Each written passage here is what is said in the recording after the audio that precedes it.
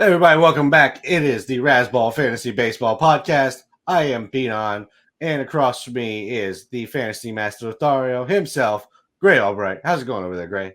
Hey, pretty good, man. How's things with you there, Beanon? So did I tell you I got my haircut by someone who had to watch YouTube tutorials?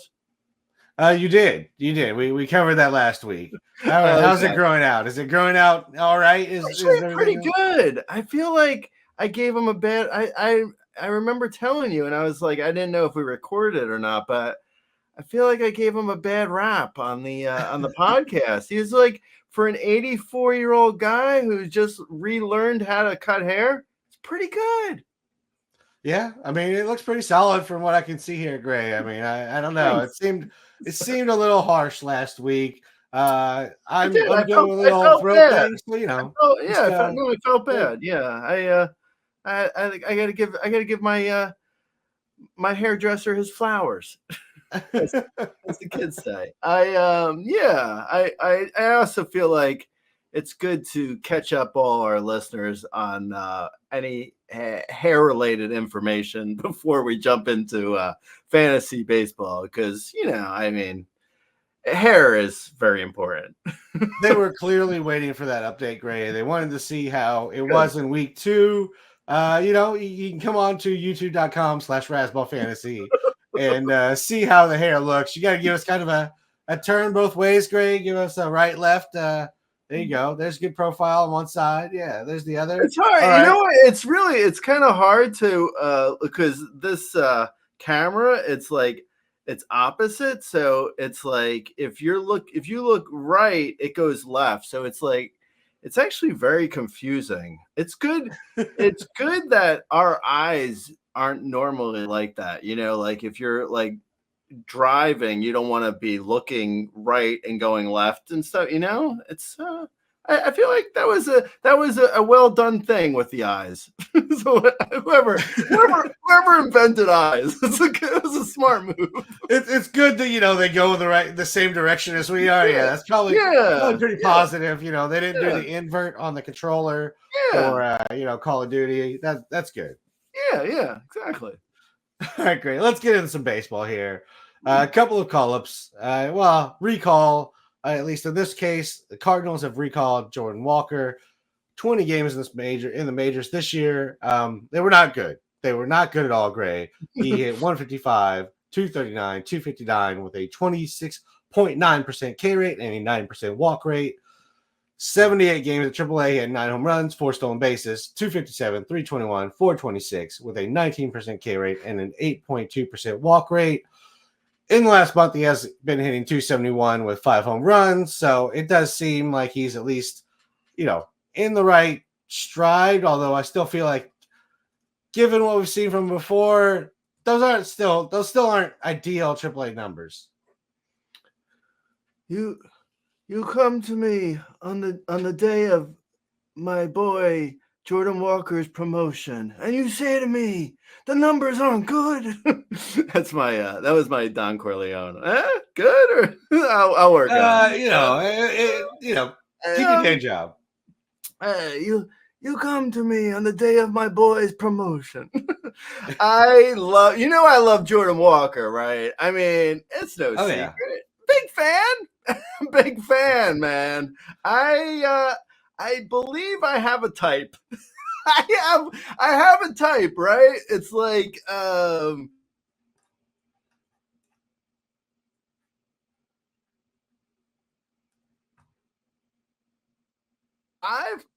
interested. I'm like, you know what? What can you do? What can you do with a baseball bat? Because I like the big guys. Yeah, Jordan Walker was a mess early on. Those are bad months. Those early and all of last year, kind of too.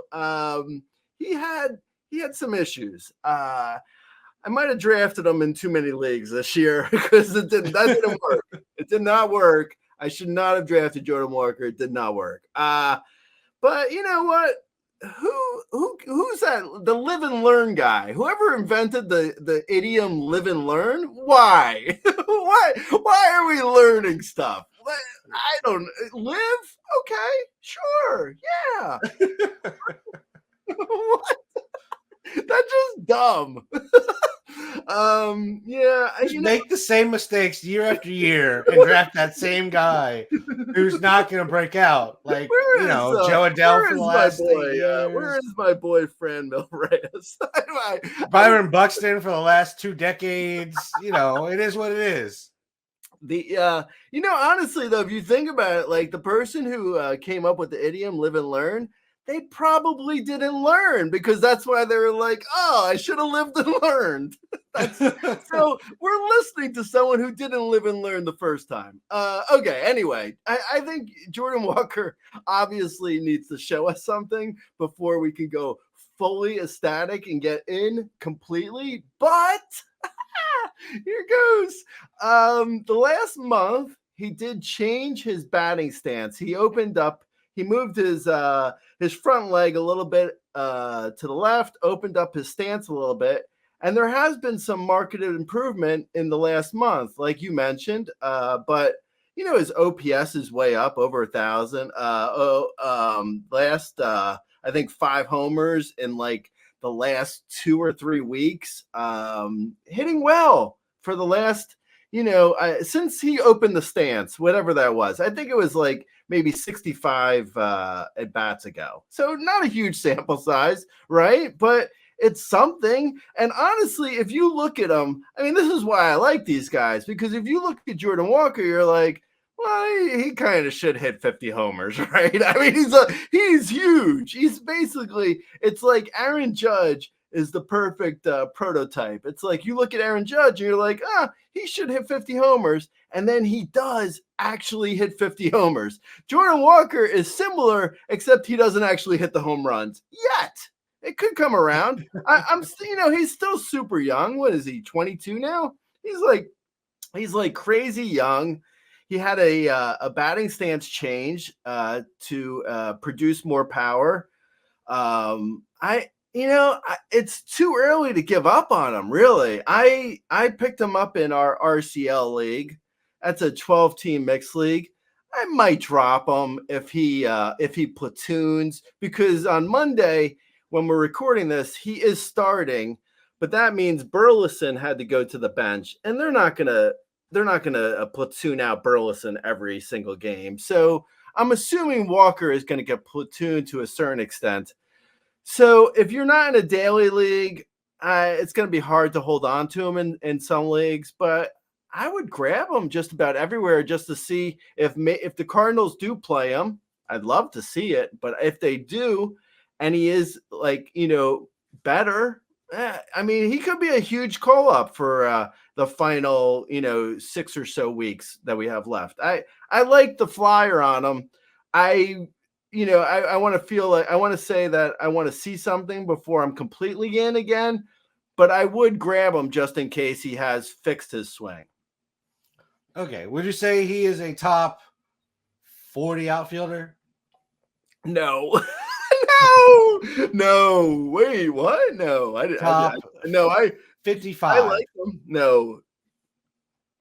Okay, so we're I would say here's what I would say. So in a 12-team mixed league where I picked him up, it's a daily league.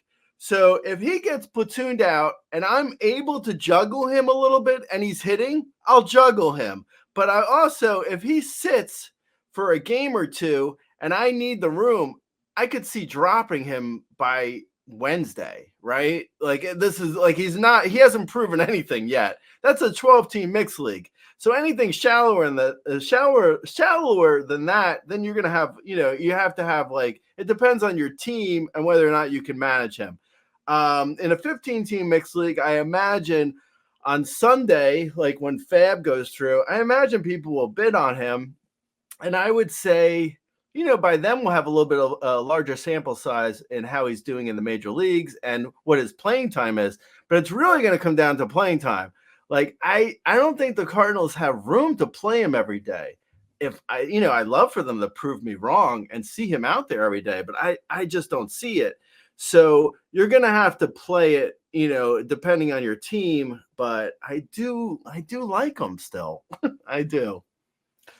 Yeah, I mean, I like the upside is still there. He's still young, so it could take just little things to make it click. He's had a look at the majors and been, somewhat successful. So it's not out of the realm possibility he's gotten it back together and is useful from here on out. But yeah, I wouldn't be dropping, somebody who's been playing well for you to pick up Jordan Walker at this point. It's more of a speculative pickup if you have the bench space, at least for me. But all right, let's move over to Minnesota, Gray, where they have promoted Zebby Matthews into the rotation. He's gone through 3 levels this year. High A, he had 22 and 2/3 innings, where he was a 1.59 ERA, 0.75 WHIP, 33% K rate, and 0 walks in that 22 innings. In Double A, he had 55 innings, where he was 1.95, 0.76, 30% K rate, and a 2.9% walk rate. And then only 19 innings at Triple A, where he was 5.68 ERA, 1.32 WHIP, 28.4% K rate, and 1.2% walk rate. Are you interested in Zebby Matthews as he joins the Twins rotation? Yeah, I actually am, because of the command is so good. So in the minors this year, like, I want to say, I'm not itch. Obviously, I don't know everyone in the minor leagues command rates, but I feel like he might have had the best command in the minor leagues. Like, his command was insane. I think it was a 1.9 walk rate, 1.9% walk rate. It was really good in 97 innings. So that's a pretty big sample size. And it wasn't like at any point in previous years he was walking people. So, like I've said many times before in the, this season was when I really started hammering home about how, command is so important, because with the pitch clock, guys are just not able to, strike. I feel like strikeouts are down in most of the big names because of the pitch clock, and the command really helps, right? So the command is, it's really integral to how a guy is going to perform. It's just like, it's kind of common sense. Like, you don't put a guy on, so if you give up a home run, at worst, you're giving up a solo shot. So anyway, with that said, I like him because his command is so good. If, like you mentioned in AAA, he had a 5.68 ERA, but that was a 2.96 xFIP, and he got burned by a couple homers. But it was only in 19 innings. That was really the only time where he really got hit this year.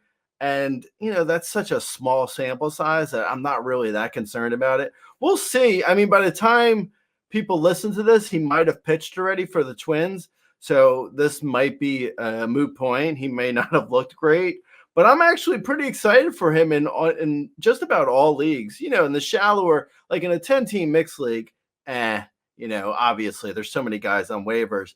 But in a 12-team mixed league, I could see looking at him, potentially grabbing him if you need him in your league, because if he can command his pitches like he has been, and there's no reason to think he won't, he could have some success. Like, this has sort of been the Twins model for, going way back. I want to say starting with like Brad Radke. I mean, they've always managed to have these pitchers who strike out a decent amount while also walking no one. So yeah, Zebby Matthews is interesting to me. I wouldn't drop anyone too high for him. Like, probably most guys that are owned are, in like a 12-team mixed league. I wouldn't drop them for Zebby Matthews. But if you have room for a flyer or a streamer, yeah, I could see it. Yeah, I think I'm going to wait and see just to see it. Obviously, if you're in a deep league, you just got to grab them first and then wait and see. But, as you mentioned, the walk rate is interesting. The K rate is been at 30% or higher across, multiple levels, which should settle in around 25, 26%, maybe even a little bit higher, depending on how the fastball slider combo works as he's called up.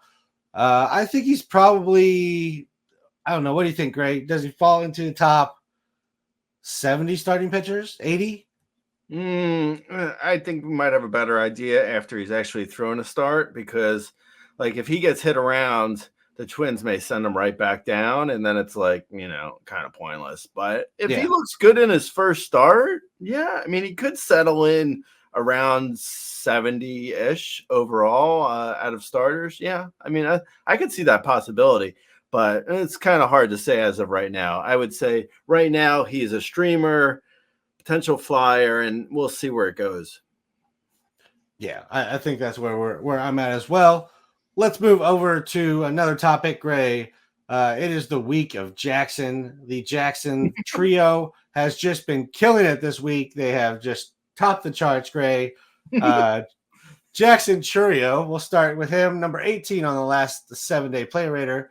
He's hitting 308, 379, 538 with 2 home runs and 3 stolen bases over that time. Over the last 30 days, he's number 27 on the player rater with 5 home runs, 6 stolen bases. He's hitting 323. And then for the season, he has 14 home runs, 16 stolen bases, 55, 50. He's hitting 269, 315, 429, 21.6% K rate, 6.2% walk rate. Let's start with Jackson Chourio. I mean, we'll put them all in a mix here eventually, but like, where are you at on Jackson Chourio these days? If they were instead of the Jackson 5, if it was the Jackson 3, and instead of having Jermaine, Jackie, Tito, Marlon, and it was all just Michaels. That's Michael and Janet. Yeah. Well, Janet wasn't in the Jackson 5, but sure. But you can throw her in like we're making a new one, right? We could do a Janet, sure. It was so there's 2 Michaels and 1 Janet. She can sing the blow parts, Right? Yeah. That analogy totally is tracking well. Instead of a Jackson 5, it's a Jackson 3, and instead of all these other guys, it's actually 2 Michaels and 1 Janet. So what do you think? Okay, so Jackson Chourio. Man, I'm just so proud of myself for holding on to him, because there was moments there where I was like, man, I jumped the gun a year too early on this guy, didn't I? I was concerned because, I have him in a 12-team mixed league, and there was moments, I think early on, I want to say I even benched him at times. Like there was definitely moments where I was like, this ain't working, man. He was like batting 9th and he just wasn't hitting. I mean, up until it was through May, like he was hitting like 210 on the year with very little speed. In May, actually, he had 1 homer and 2 steals, and he hit 215. Just awful. So good on Jackson Chourio, but I'm mostly just proud of myself for holding on to him. That's what I want to say. I think he's like crazy talented. There was a reason why I drafted him to begin with. Like I was a huge Jackson Chourio fan. I kind of liked him the most out of those. Like, early on it was like, oh, Wyatt Langford, Jackson Chourio, Jackson Holliday was later in drafts because everyone knew he wasn't going to start the year in the majors. But Jackson Chourio was definitely after Langford, and I believe after Evan Carter. And I was more of a Jackson Chourio guy than I was a Carter Langford person. So I'm happy that Chourio is actually making good on his promise. Like he looks like a power speed front top of the lineup type guy who I wouldn't be surprised if he's hitting 3rd for a majority of the season, if not this year, at least next year. Right now, I think he's hitting in the top 3, so he's already there. But if Yelich returns, which I don't even know if he's going to return, but if Yelich returns, it gets a little bit more crowded up top of the lineup. But Chourio, I think, is a mainstay at the top of the Brewers lineup. Got power and speed. Really, I mean, for a 20-year-old, I think in November of last year when I wrote up the post on Chourio, I believe I compared him to Ronald Acuna Jr. as being like, he's going to be the next Ronald Acuna, and he's not 100% there, but he's a lot closer than he seemed when April and May turned to June, right? Yeah, I mean, there's been a few guys who might have been cut by teams and then later prospered on another roster, and he's definitely one of them because he turned it on after that slow start. Like Randy Arozarena comes to mind as he started like the whole first half bad, but then he's turned it around. Brent Rooker, who is now a top, I think, 10 player on the player radar or somewhere around that area. I looked 15. Up. I forget. I don't know if I did it on the podcast, but I looked up recently where I picked up Brent Rooker off of waivers, and I believe it was like the third week of April. So that's kind of late to pick up a guy who's now like top 10 on the player radar. Yeah, I mean he's been pretty great. I think I actually was smart enough to hold him in most leagues, Gray. So. My blind faith, it worked out once in a while here. Let's move on to the next Jackson who had a great week, Gray, and that is Jackson Merrill. On the season, he has 115 games. He has 17 home runs, 13 stolen bases, 59-64. He's hitting 291, 323, 483, 18.3% K rate, 4.8% walk rate. He is number 1 on the last 7-day play rater and number 31 on the last 30-day play rater. Over the last 7, he's been hitting 400. He has 4 home runs and 2 stolen bases. And over the last 30, he's been hitting 307 with 5 home runs and 3 stolen bases. Jackson Merrill has been very solid all season, Gray, and then just spiked this week with the 4 home run, 2 stolen base effort. Where are you at on Jackson Merrill? And I guess where does he rank against Chourio? I think he's probably Janet, but I mean, some would say Janet had, some really good hits, right? Janet wasn't Janet wasn't terrible. Janet had a lot of good albums. I mean, Rhythm Nation, come on. I like Jackson Merrill. Him and Robert Suarez really make a strong case for it, where it's like, oh, it's only one game, ignore it. And you're like, well, I don't know. I don't know, because they were really good in Korea this year to open the season. I kind of wish I would have pushed them further up my draft board after that, because I remember there were drafts after that, and I was like, yeah, I mean, there was one game or 2 games, I guess. 2 games for Jackson Merrill. It's like, I don't know. But yeah, he was my first lead buy of the season. So I did like him as a pickup in leagues. If he was available in your leagues, it was a solid pickup in that first week.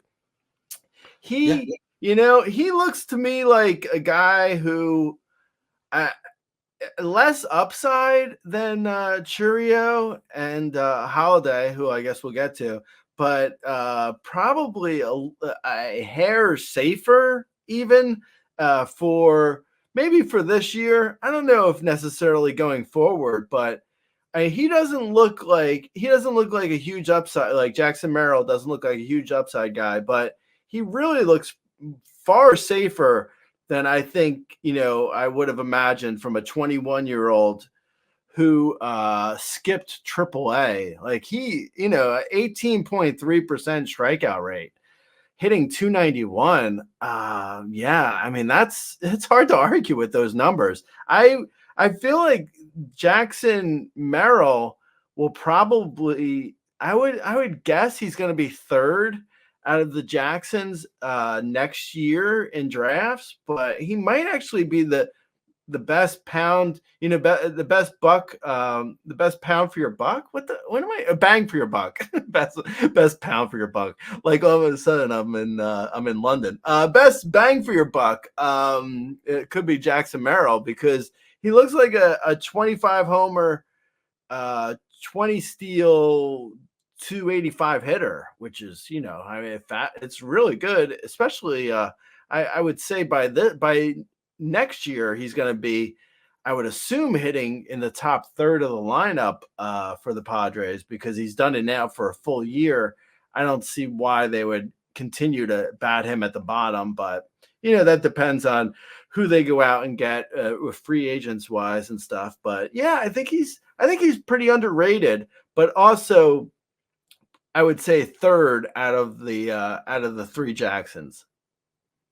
Yeah, great. No, I agree. I think Jackson Merrill is probably third for me as well going into next year, but I think, he is maybe just as safe as any of them because of the ability to control the K rate. He also has a little bit of power and a little speed, so he's not going to blank you on, either side of the production.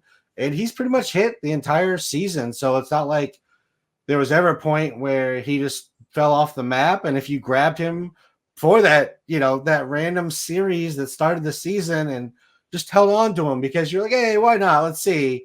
Like, you've been very, very happy about it. So absolutely, if anybody says there's nothing to take away from those games, I guess maybe there is something because, Jackson Merrill's looked good. Then again, Yamamoto looked terrible in that one. He was really good afterwards. So yeah, a little bit of both sides there. Right. Yeah. Michael King, I believe, got a cheap win too. So it would have been nice if you just randomly picked him up. But I looked at the box scores to see if Profar had done anything, because anything at least to indicate how good his year would end up being. But I didn't really say anything. I don't know. I mean, yeah. Hey, there's not always signs, Gray. Sometimes these things just happen. And I mean, if you missed like 2 weeks of Jackson Merrill because you missed him or something, you missed like half of his production. So it's been a weird kind of way to it, at least power wise. But 11 of the 17 home runs have come in 2 weeks of the season. Moving over to Jackson Holliday, who we teased a little bit, but he has been recalled, and since he in 11 games, he has 44 plate appearances, 5 home runs. He's hitting 250, 318, 650. I love Jackson Holliday as a prospect. I think he's going to be a great baseball player. I wonder if for our game, the O's are going to let him run enough to make it matter. Yeah, that's a fair question. I don't know. I wonder too, now that you've wondered. The O's are currently 18th in stolen bases, and that's with a lot of youth on that roster that could probably take some bases. So yeah, it feels very low for that roster. Yeah, that's fair. Also, I would say Jackson Holliday probably, it might be like a Gunnar Henderson situation where it's like I could see enough steals that it helps, like, not necessarily like a 25, 30 steal guy, but like maybe Jackson Holliday steals like 15 to 18 steals next year. And it's like, that's good. That's solid enough if he's hitting, 25 homers and 290. Yeah. And hopefully in the middle of that Baltimore lineup, as we would expect eventually. Right now he's hitting towards the bottom, but he'll move if he continues to do what he's been doing for sure. Right. Yeah, no, completely. I didn't see if it's a small sample size, but did you see how his strikeouts, are they better since he got recalled? I'm putting you on the spot a little bit. I'll say with Jackson Holliday, my one concern really is like the Orioles are so stacked that like if he slumps again for even a short period of time, I mean, we're seeing it with like Kobe Mayo, like it's not going to, the thought is that Jackson Holliday will be totally fine. And I honestly, I kind of feel he will be, and I'm not super concerned.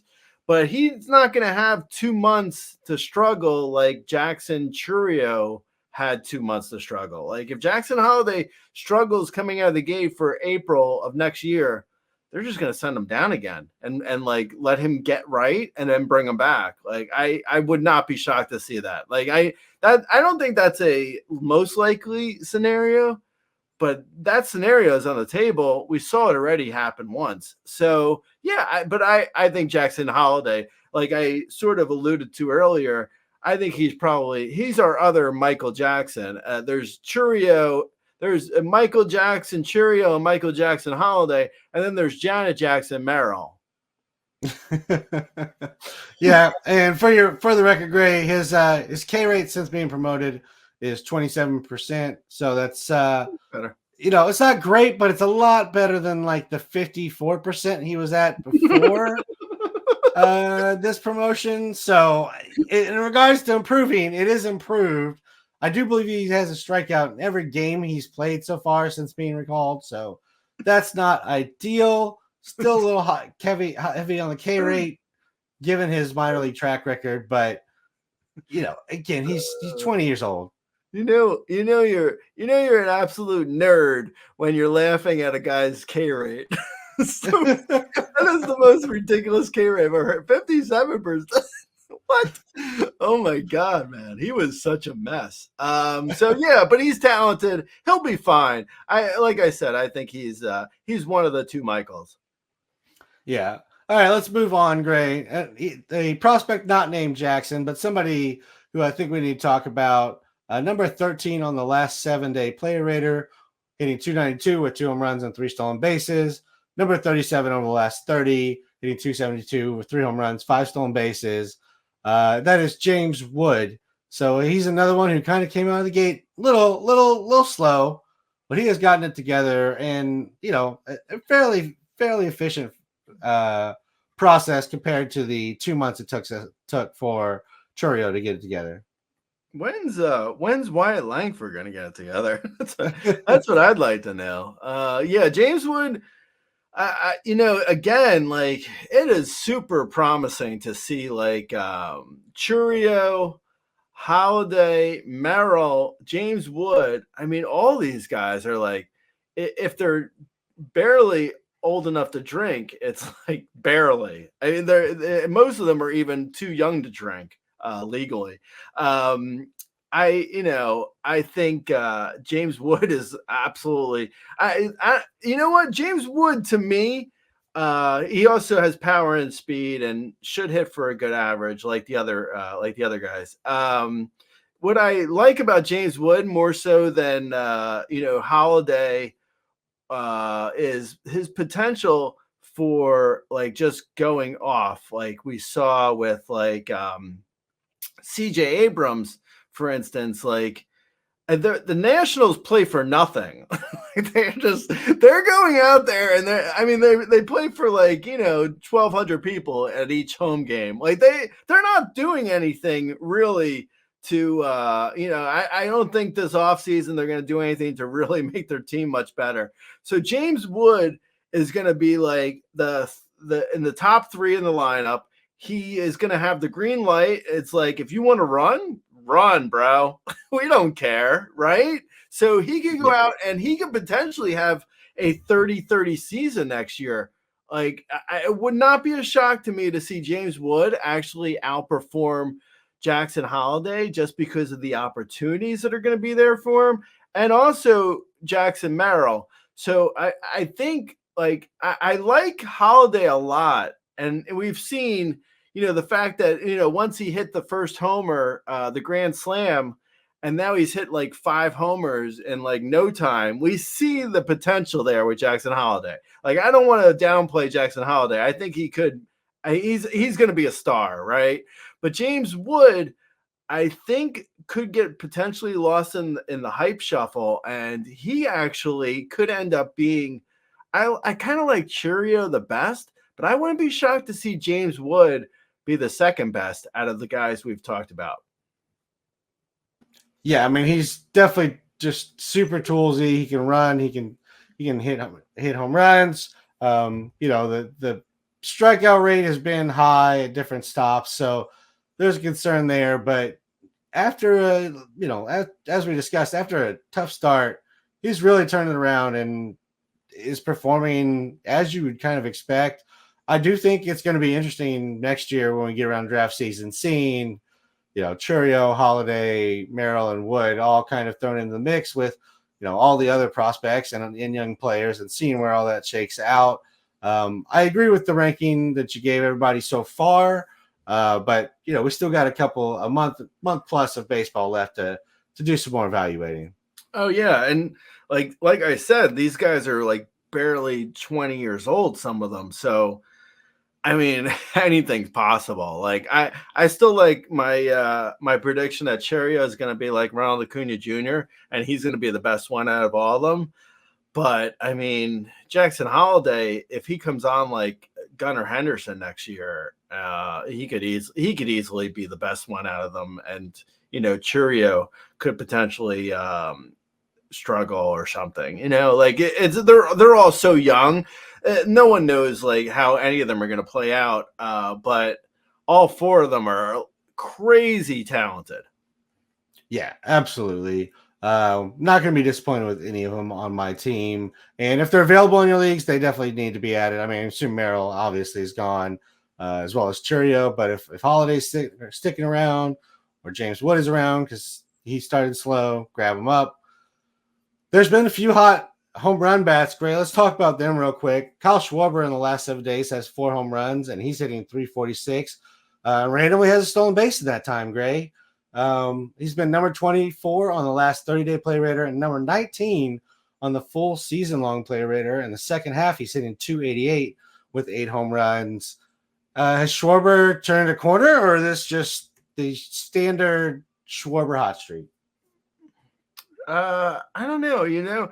I really I want to say that he looks like he's actually gotten better this year compared to previous years. Like he doesn't, it's weird because for a while, if people remember, like when he was on the Cubs, he wasn't, there was that one year where he was really terrible for average, but he kind of was middling for average, like not like middling for today's game. So like, a 235 hitter, like not really a sub 200 hitter, at least at times. For the most part, I'll say, like he did have one year where it was 2020. So, that's a goofy year. So I guess we'll give him if we give him a bye there. He never really hit under 200 until like last year. Things really kind of like his average bottomed out, and like he became a power only guy. And that was I thought he was overpriced in drafts. Like I remember saying, like I thought he was overrated for where he was going. He's totally proved me wrong. I think he's actually like he's sort of unlike that the rest of the 2016 Cubs, even though he was barely a 2016 Cub, but everyone else on that team is just awful. Now he's actually good. He was, I would say he's sort of flattened his swing out, so he's hitting the ball much harder. So his line drives are way up, and he's not selling out for power only, and everything else is really everything else has always been pretty solid for him with like, his walk rate has always been good.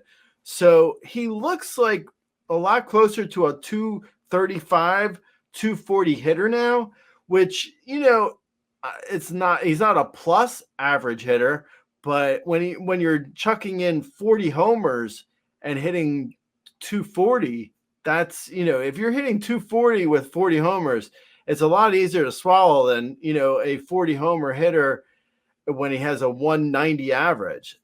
So yeah, I mean, he looks like a better hitter now. He's 31. I get a little bit worried when these guys, like these big power hitters, get older and when they get into their 30s, if they start, if their bat slows at all, then everything sort of falls apart.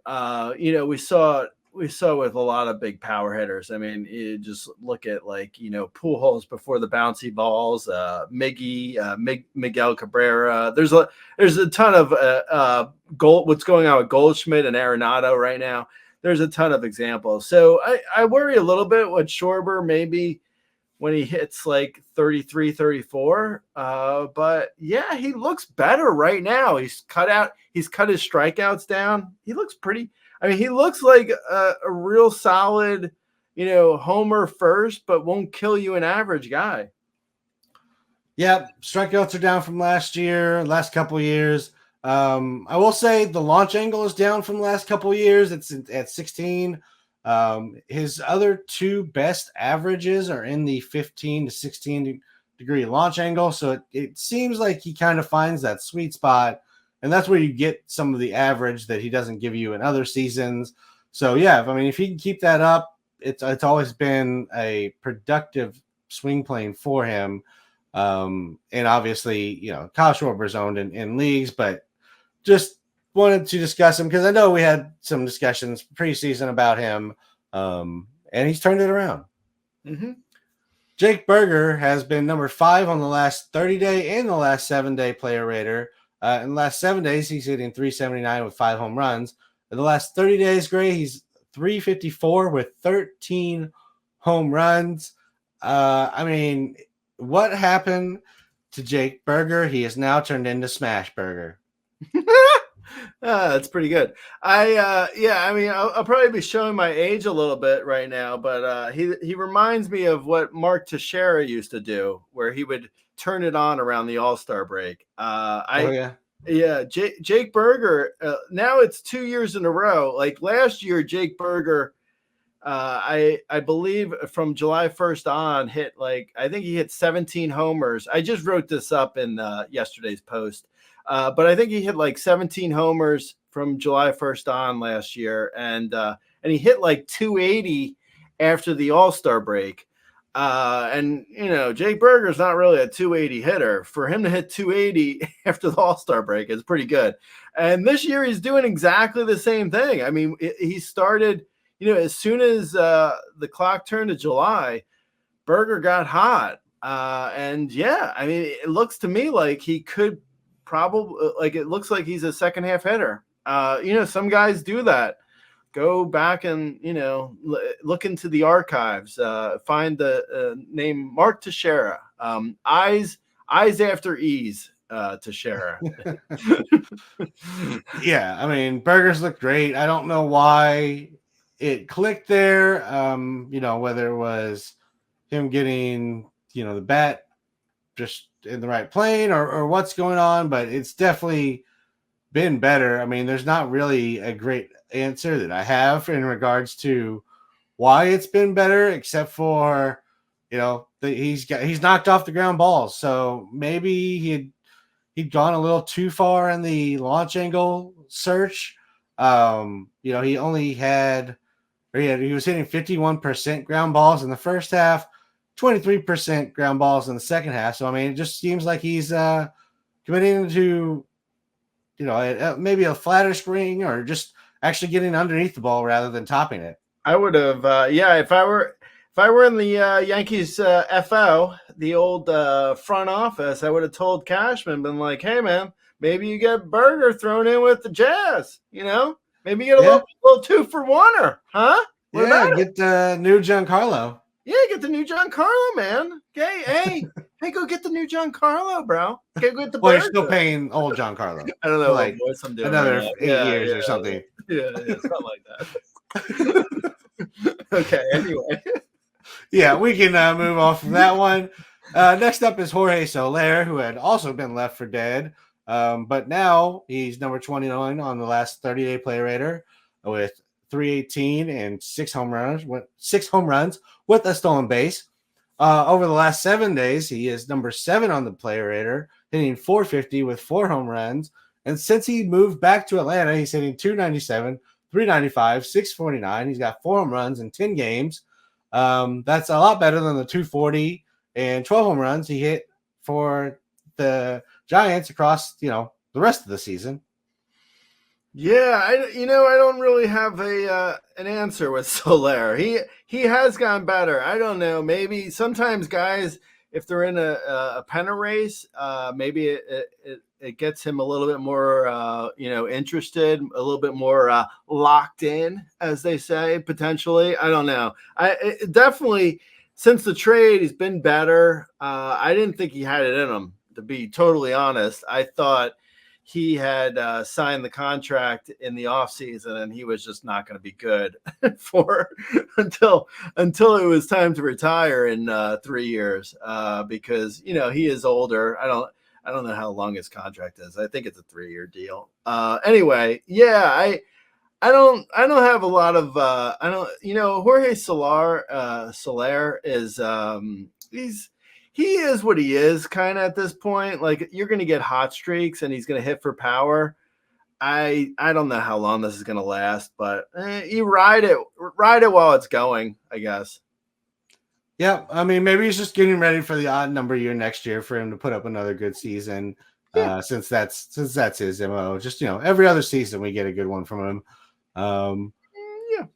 Couple more bats here, Gray. Not necessarily home run bats that we would think of, but they've been hitting home runs recently.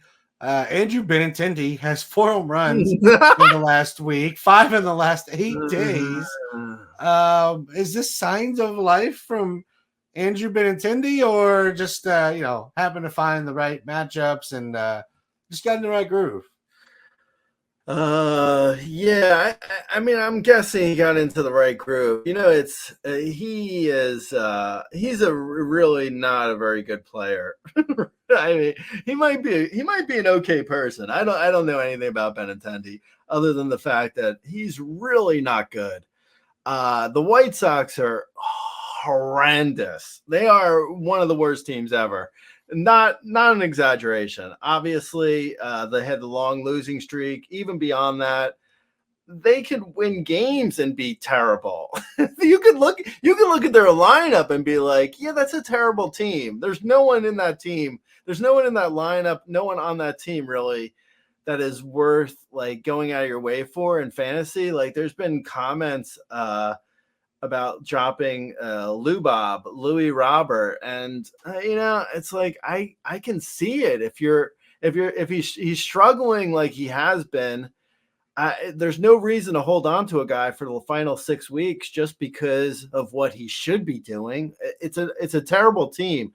So if I don't know, like Benintendi could get hot. I mean, he is hot. Obviously, you described what he's been doing recently, but I just wouldn't even mess with anyone in the White Sox outside. Obviously in an AL only, sure, yeah, it's fine. But outside of that, I really wouldn't mess with a White Sox player. Like, I was, looking at Fab this past Sunday for bats, and I didn't see Benintendi in the leagues I was in. But if I had, I would have ignored him.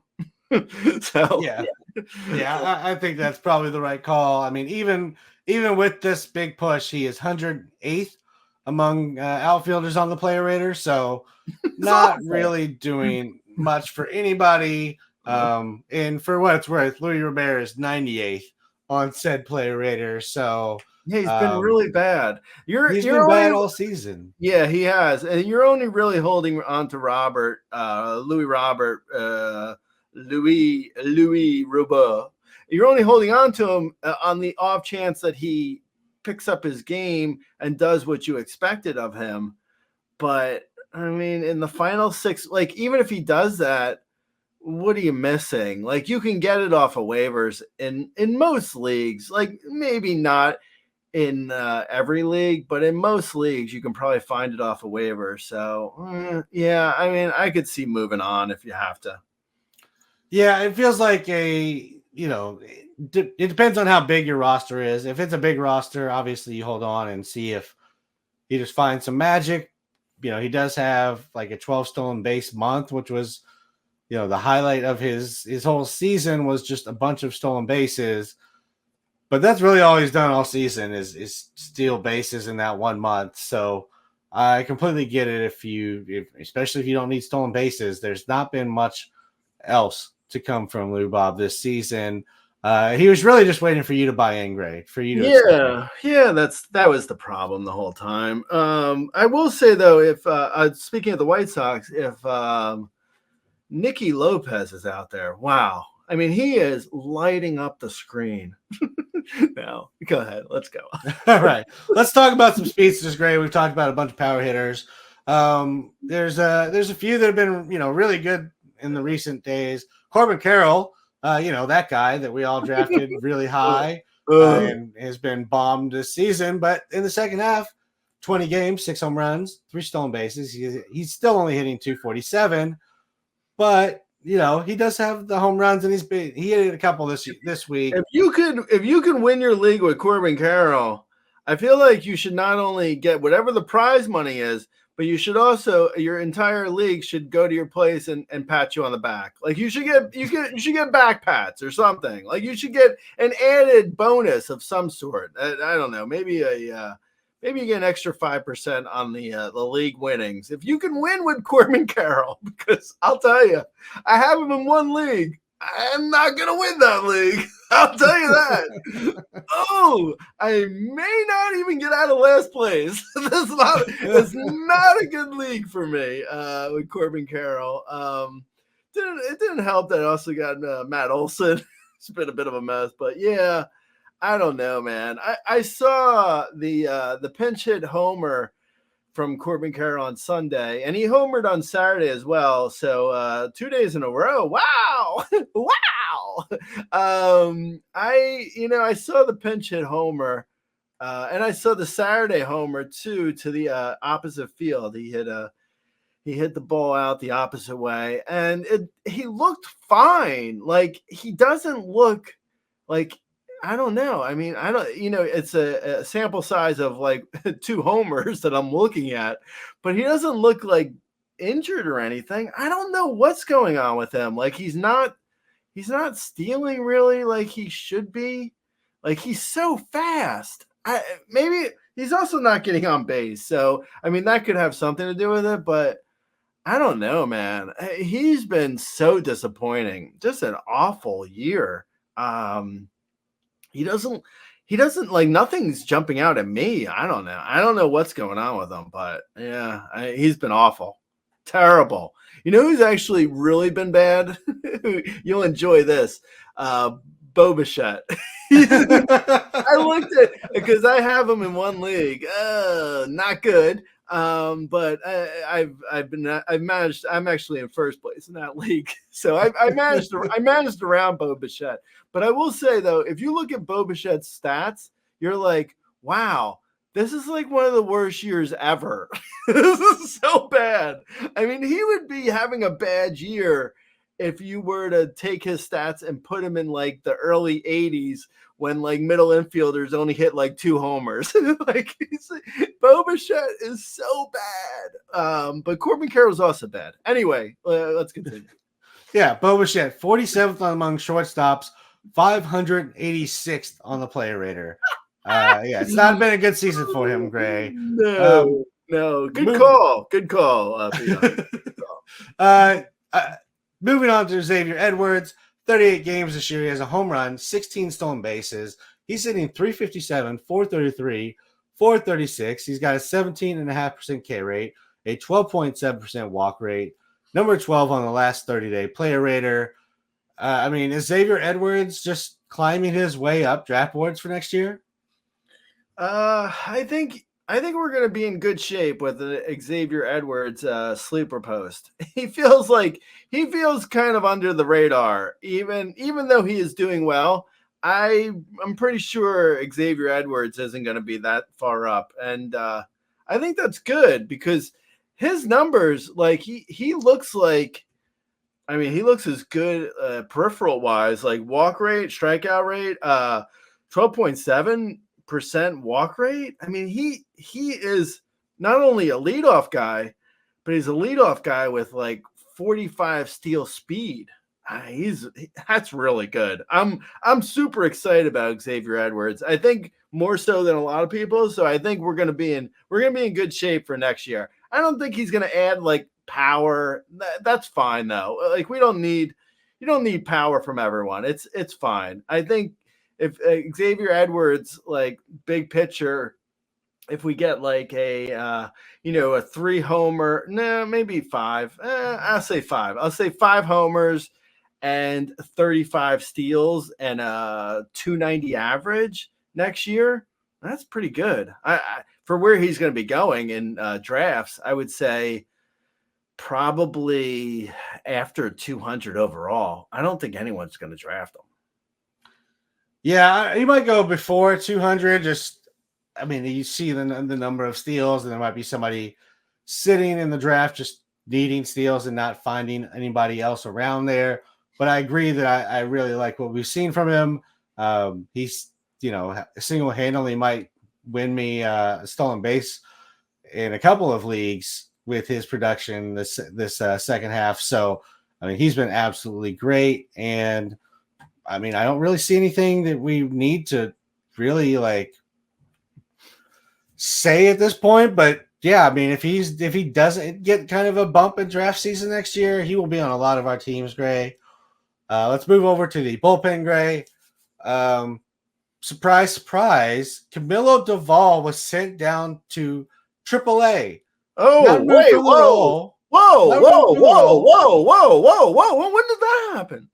We're not talking about the game. We talk about practice now. Whoa. Hey, actually, let me ask you something. So in my Town Wars team, right, where I drafted just bullpen. I didn't draft starters in that league. So I drafted Albert Alizé and Camilo Doval. Is that a good bullpen? Am I good there? Oh, I also got Corbin, Carroll, and Matt Olson. How is that team doing, you think? 1 to 10. The funniest is I was really confident with that team. I was so confident.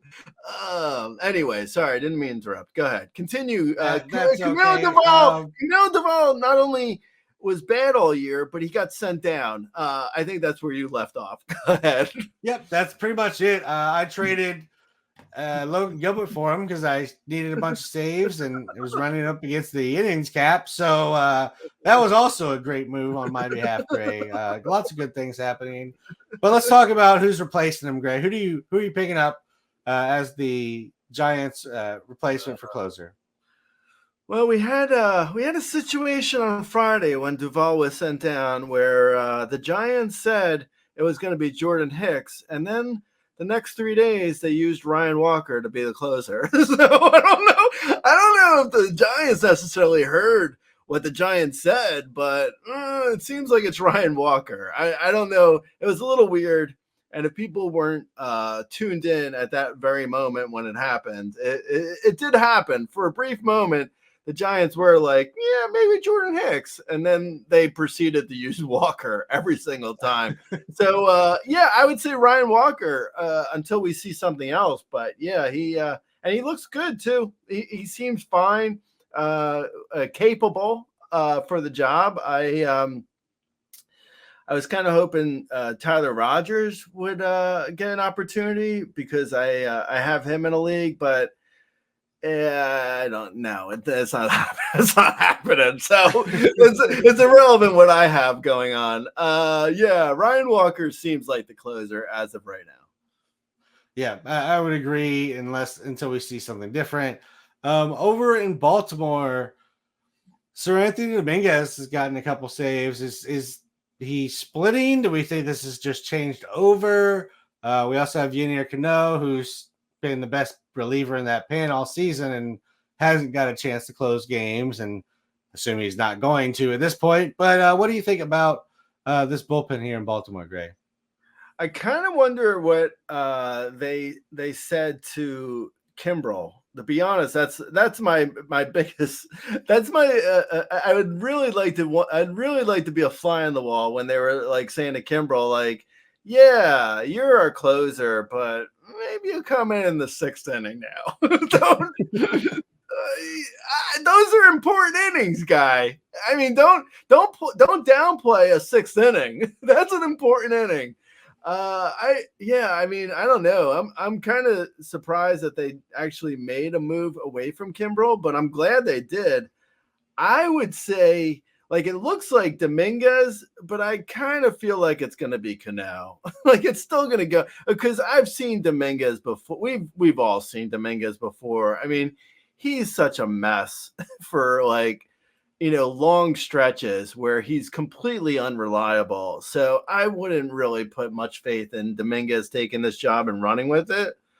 I mean, there's not a ton of time left. So if he gets hot and he gets, like, back-to-back saves over the course of, like, a couple weeks, I mean, that's all he really needs to have to be the closer, really. So, I mean, I guess he could take the job and run with it from now until the end of the year, but I still kind of like Cano. I think Cano is, from what I've seen of all of them, and like I've watched Kimbrel be awful so many times that it's not shocking that he's no longer the closer.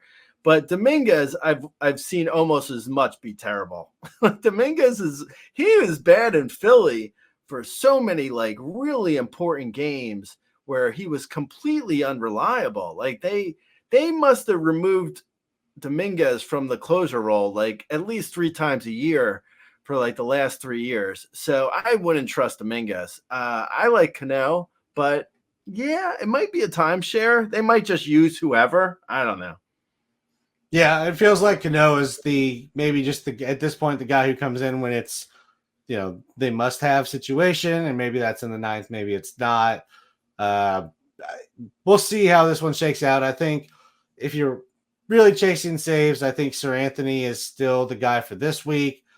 If you're not necessarily chasing saves and you're just kind of looking around and speculating, I'd rather take my speculative pick on Cano, because especially if you're starting him, he's not going to hurt you like Sir Anthony has the capability to. Let's move over to the Angels. Obviously, they made a trade at the deadline to lose their closer. It was assumed it was going to be Ben Joyce. And then the Angels said, no, not so fast, my friends. We're going to go with the oldest person in our bullpen. Thank you very much. I wish this was a matter of, like, the Angels saying to Ron Washington, like, hey, let's keep Ben Joyce's arbitration low or something. But I don't think the Angels are that smart to really figure that out. Like, the Angels and the Rockies are 2 of the dumbest run teams. So I don't think, like, the Angels are necessarily doing this on purpose with Ben Joyce. I also think that Ron Washington is the type to be like, let's go with the old experienced guy, like I don't, I just don't think. And if you look at Ben Joyce's numbers, like his peripherals, like he has an under 8 K per 9 and a 4.7 walk per 9. Someone said to me once, I forget who it was, but someone said to me once that, like, they didn't trust any pitcher in the Angels organization because just their coaches are not good, and they don't coach them up at all. So Ben Joyce, I think, is a good example of that, because, like, you see him and you're like, wow, like 105 miles per hour. That's good. Why isn't he good? Like, if you look at his numbers, you're like, he should have, like, Josh Hader type K per 9 numbers. Like, Ben Joyce should be blowing people away. And yet it looks like he's pitching to contact if you just look at his numbers. So I really don't trust the Angels when it comes to coaching. I really don't trust them when it comes to pitching at all. Like, you see their pitch, like, they've had so many failed prospects that, unfortunately, it's just, it is what it is with the Angels. So with all that said, it'll probably be some combination of Ben Joyce or Strickland as the closer. Yeah, I would agree. Again, it should be Joyce, but they've given it Strickland at least once already. So we'll see how that one shakes out. But it's not pretty either way, and it's the Angels. So how many saves are they really going to get? Speaking of a team, you can say that about as well, and that is the Tigers. They have kind of a trio there in Tyler Holton, Jason Foley, and Will Vest. I think it's Holton's job for now. Foley's been in the job before, so they may be trying to get him back to it. And Will Vest was given an opportunity and did not come through. Wasn't there a Mr. Burns song about Will Vest? I'm not sure. See my vest, see Will Vest, something like that. Okay, anyway, Will Vest. Will Vest got the last save before we recorded this podcast. So that would be the guy who I would look to get more saves, but I don't have a ton of faith in that. It could easily be Holton. It might even be Foley. None of them are really great. And also, like you originally said, the Tigers aren't going to have a ton of opportunities, so it's kind of like, eh. Yeah. There's not a whole lot to go here. Holton's numbers have been pretty solid. Vests haven't been bad either. So you could start them and not get demolished in the ratios, but there's not a whole lot of saves, I think, to chase there. Moving over to the Dodgers, they've been kind of rolling out Daniel Hudson. Evan Phillips has been looking better. Kopech is, they traded for him, obviously, so he's in that mix. Who do you think leads the Dodgers in saves rest of season, Gray? I'd probably go with Daniel Hudson. He's been really good. His numbers somewhat jump off the page. Not quite to the extent that they may have like earlier in his career, but still he's got, like, as of the recording of this, a 2.06 ERA, barely any walks. I mean, he's been really kind of solid. They tend to use, Dave Roberts tends to use like them whenever, kind of. So again, I don't think there's any set pattern really, except for maybe like whenever the strongest part of the opposing team's order comes up, then Hudson gets that inning. And, when it falls to Phillips, it falls to Phillips in the ninth. But I don't think Phillips is going to get like regain the closer job necessarily. He could. I don't think that's necessarily what's going to happen, though. I think they'll probably just go with whoever is good at that moment and, continue on. I guess I'm saying it's probably going to be a closer by committee from now until the end of the year. Yeah, I think so. I think they're just kind of mix and match. There's not necessarily a person who needs to be in that role or, is so dominant that they're, taking the role for themselves. Let's move over to Kansas City. Hunter Harvey finally gets the closer role, and then he goes on the IL. Who do you want in Kansas City at this point, Gray? I say Urseg. I would go with him. Lucas Urseg. MacArthur, I would pick up if I really hated myself. And I was trying to lose my league. I would go with MacArthur. It's pretty impressive. Like, I don't think enough has been said that how impressive it is that MacArthur was able to get 18 saves with some of the worst stuff possible. It's really kind of incredible that he was able to get 18 saves with what he has. Like, if you were to say, like, in the beginning of the year, a closer is going to have a 6-something K per 9 and a 5+ ERA, how many saves do you think he'll get? I would probably say 3. 3 maybe. Between 3 and 6, and I would say it's probably on the Rockies, and they, for some reason, that they're using this guy as a closer for no reason. But yeah, MacArthur has really done a lot with a little, and he shouldn't do any more. They should get rid of him at this point. But yeah, I would say Urseg is the guy. Yeah, I agree. And his numbers are not going to kill you either. So even if he's not the guy, at least he's not going to hurt you coming down the stretch. Waivers, Gray. Give the people some bats. I'll give them streaming options. Ooh, okay. Well, I mentioned him earlier. Nicky Lopez. No, I'm still joking. Not Nicky Lopez. Okay, so Jake MacArthur. Everyone actually on the Diamondbacks has been really good in their lineup. Their pitching's, but their hitting has been great. But Jake MacArthur has been available in a lot of leagues. I would grab Jake MacArthur. I would pause the podcast right now. Go grab Jake MacArthur and then come back and re-listen to the first hour because that was good stuff. You really should re-listen. Anyway, Derek Hill has been hot in Miami. I don't know where that's going, but he has been hot. He has 3 steals in the last week with a homer. Also, you know who's finally the Kevin Cash of the Rays has finally figured out that Taylor Walls is really terrible, and Jose Caballero isn't actually that bad. So he's kind of like, I don't know if necessarily the platoon is completely off. But Caballero had a great week. Hit a homer, hit 440 for the week with 4 steals. It was a good week. So yeah, I would go get Caballero. Yoshida, Mezataka Yoshida in Boston Red Sox. He's been hot. He had a good week. Brandon Lau has been hot, had a good week. Conforto has been hot, had a good week.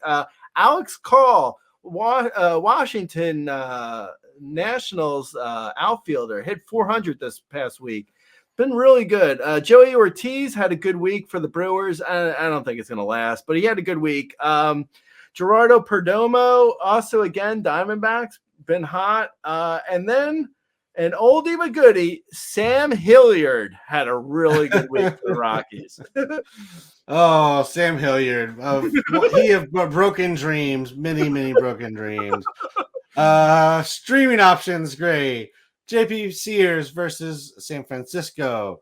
Ryan Nelson at Tampa Bay. Nick Martinez versus Kansas City. Jose Quintana gets Oakland. Ben Lively is 2-stepping versus the Cubs, which is happening today as we're recording, and at Milwaukee. Brandon Fatt gets versus Colorado at Tampa Bay. Joey Estes at the Mets. Tyler Anderson versus the Mets. Osvaldo Bido versus San Francisco. Zach Littell versus Houston. And even though he's had a couple of bad outings, Hayden Birdsong going to Oakland. I'm going to throw that out there. That might be the one that I regret throwing out there, though. So I will go ahead and say that right now. If you have other options, I don't feel 100% about that one. That's it for us this week, Gray. If you want to help us, you can go rate, review, wherever you get your podcast, whether you're watching us on youtube.com/Razzball Fantasy or listening to us through any podcast service. If you have specific questions, you can find us on Twitter. I'm at RazBeadon. Gray is the owner of the @Razzball account. You can always find us in the comments section on razzball.com. The football podcast actually starts this week if you are already out of your baseball league. So Rudy and I will be starting up the football podcast and going through positional previews this week. Until then, Gray, have a great week. I'll talk to you next week, bud. All right, Lates.